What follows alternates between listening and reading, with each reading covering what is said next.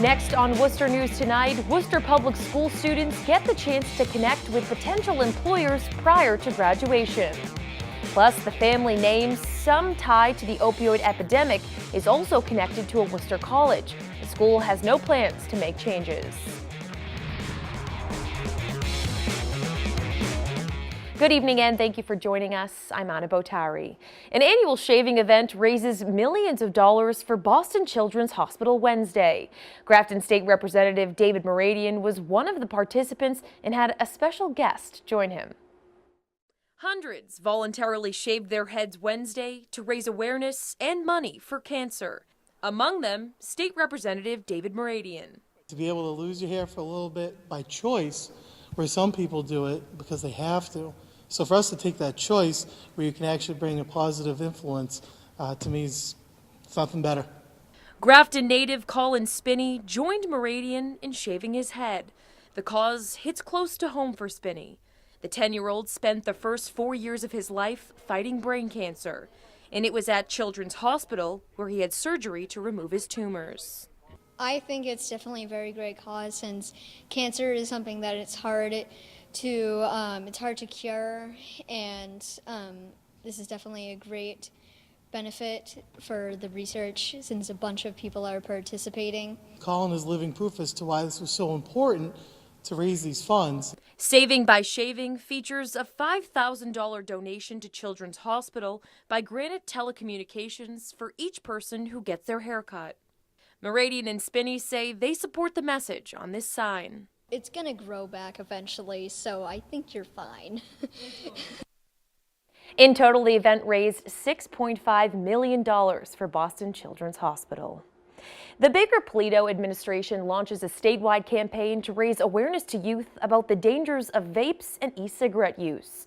The latest statewide data shows 41% of high schoolers and 10% of middle schoolers have tried e-cigarettes at least once. About 20% of high schoolers have used them in the past 30 days, which is 6 times higher than adults.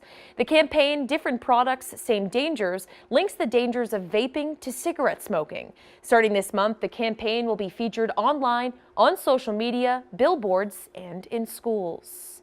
High school students in the city are 2 months away from graduation, and for some, it's a tough task planning out their lives after school. Tonight, a group of Worcester Public School alumni gave kids a helping hand on how to address life after grade 12. Our Cam Jandro joins us now live with the details. Cam?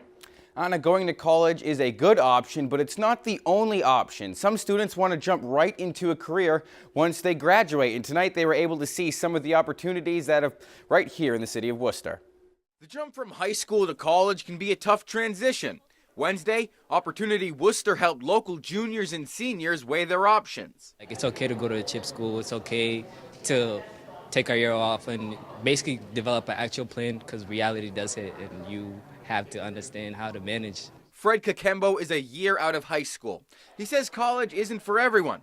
He chose something different and went to Job Corps in Grafton. Just basically waking up every day at 6 o'clock in the morning, it helps you get in tune, with like workflow and hustle, because that's in reality, that is what it is. The state reported Worcester's high school graduation rate was 83% in 2018.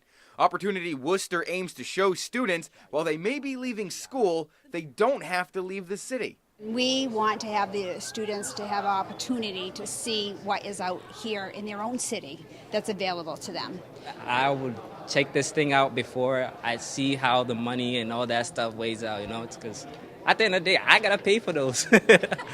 Now, with May and June right around the corner, Worcester Public Schools wants to see that graduation rate continue to go through the roof like it has for the last 10 years straight. Anna?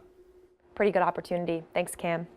A panel of successful women leaders holds a discussion to help empower others. Becker College hosted the talk called Leveraging Your Authentic Self, Women in Leadership. The college says embracing your authentic self is part of their education model.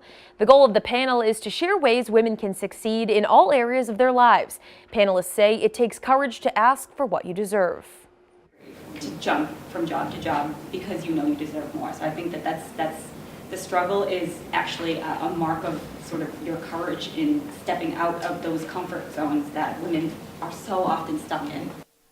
On average, women are only paid up to 80% of men in similar positions, and women of color are only paid at 61% of men. A Marlborough man is hospitalized after suffering severe burns to his body. Assistant Marlborough Fire Chief Jeffrey Goggin says 68-year-old Gene Rano was burning wood in his yard without a permit. Rano struggled with a lack of mobility, and when his pants caught fire, he was unable to extinguish it.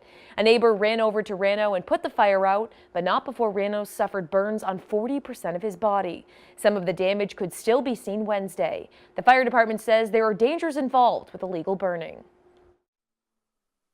He was burning probably within 10 feet of his garage, and luckily it was a metal structure, so it didn't burn the building. But with the dry and windy conditions yesterday, it quickly spread and resulted in a tragic incident. Rano remains in the hospital at this hour where he's in serious condition.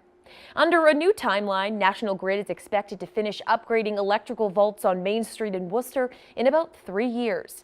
The original timetable said the project would take more than a decade. The city manager told the council Tuesday night 4 of the underground vaults will be upgraded this year, 2 in the summer and 2 in the fall, and the remaining 8 will be done over the following 2 years. The work on the vaults should be completed around the same time as the Main Street reconstruction and resurfacing project. A building on Clark University's campus is drawing some attention this week. The school's science center is named after philanthropist Arthur Sackler. Members of his family founded the company who developed a drug central to the opioid crisis. Our Chandler Walsh spoke with students and has more on their reaction as well as what the university is saying. Who we accept money from defines our morals in many cases. Clark University student Abiram Kalori speaks on the school's decision to keep Arthur M. Sackler's name on its science building.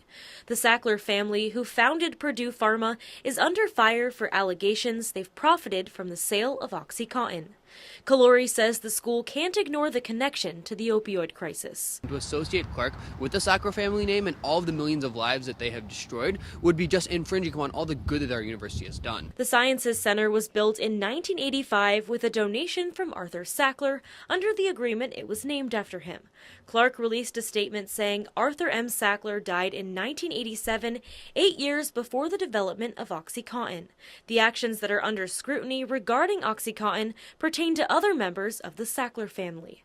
Senior Joe Mogul supports Clark and says renaming the building would only hurt students like him who benefit from money donated to the school. Renaming the building over the OxyContin issue, if the building is named after a man who died before OxyContin as a substance existed in the pharmaceutical marketplace, it doesn't seem right. Students like Luke Watson-Scherer say they understand the financial impact and why the school made the decision they did.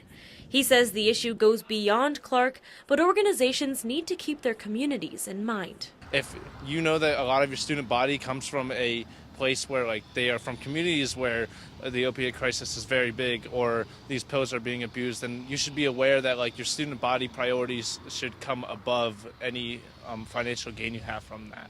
Clark says they're outraged by the promotion of OxyContin and the health crises sales have caused. They say Arthur's direct family members also condemned Purdue Pharma's promotions. At Clark University, Chandler Walsh, Worcester News Tonight. An Auburn couple is trying to find a new place for their grandmother. They want to build a tiny home on their property, but zoning bylaws don't allow it. Now they're hoping to amend it and give their loved one a better place to live. Our Brittany Schaefer has more on their story. It would only come from about where we're standing here to this joint. Bill and Dominique Cairns wanted to put a tiny home on their Auburn property, but they found out the town's zoning bylaws don't allow it. So now the Cairns are working on a citizen's petition article to amend the law. The zoning bylaws need to change to allow the dwellings to be permanently lived in. To have it be kosher with the town previous to now, you would have to put an in-law addition on. It would have to be attached to the house. It's just not affordable for us, and I don't think for many other people. Their inspiration is William's 90-year-old grandmother. He says she is unable to live on her own. My grandmother, of now 90 years old, had broken her hip. She was living on her own and had to be put into an elderly housing sort of rehabilitation center. Other families would be interested in that kind of approach to living, to have family all around and ensure that everyone's comfortable, independent, as opposed to living in a senior home with a split room, multiple roommates. Dominique says a tiny home would cost half the price of an addition and would be adaptable. Not only because it's on wheels, but it could have a later life. For instance, when we no longer need the tiny home for his grandmother, we can tow it off and bring it to Vermont and use it as a little getaway. If the tiny house article passes with a 2/3 majority at the town meeting, it will then go on to the Attorney General. The couple says they've gotten great feedback from residents in town. We've had people in the neighborhood come by, stop by.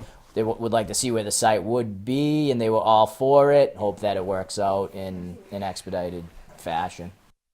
The town meeting is May 7th. If the article passes, Auburn would become only the second town in the state to allow tiny homes. Brittany Schaefer, Worcester News Tonight.